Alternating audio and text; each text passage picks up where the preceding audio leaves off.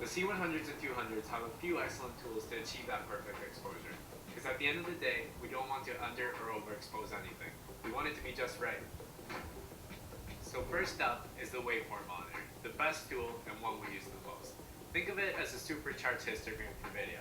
It basically converts your frame from left to right into a graphical reading of your exposure. Anything below 0 is underexposed, and anything above 100 is overexposed. And in an ideal setting, everything just sort of 50 and 70 IRE, dependent on your subject. So it's another factor that'll help you ultimately choose the most correct exposure. The next tool is your light meter. It's less reliable, but occasionally there's things that'll throw your waveform off, like happy with our exposure and are ready to hit record. But there's one last important setting, the most important setting when crafting the look of our film in post, white balance. This is so important to get right because, as we've mentioned before, all these camera settings are cooked into your footage. Shoot something too warm across the spectrum from blue to yellow. But when you bring an MP4 file into Premiere and you change its white balance, you're basically adding yellow or blue to the footage on top of the white balance that's already been shot. So what do? We'll know what that Kelvin reading is in our head and switch back to manual to adjust our white balance to the desired look. Because your eyes can get easily used to the white balance in a room, it's helpful knowing what the camera thinks the most neutral color temperature is. That way we know whether our settings are close or totally off. One last note about white balance.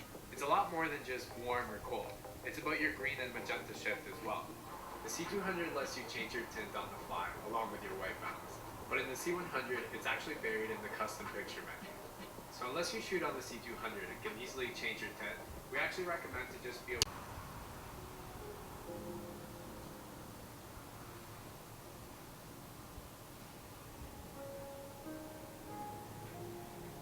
C100 are intuitive. It's easy to understand, it's easy to use, it's all labeled. When you get into the user manuals and the tutorials online, it's not hard at all to kind of start to use. Very easy to use. That's pro number one. Also, ergonomically, it's really good. It fits in the hand. You get these great big hands. Some fun along the way. With that said, you're ready to get started, so make sure you check out the very next lesson where you're going to learn about focal length and field of view. The basic description of a photographic lens is focal length, because this determines how much of the world in front of your camera you will be able to fit on your image sensor. In other words, how much will you be able to see through the eyes of your camera?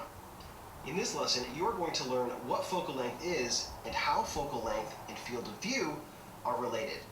The first thing to sort out is what focal length actually is. Despite what you may have previously thought, focal length is not a description of how long or short a lens is physically.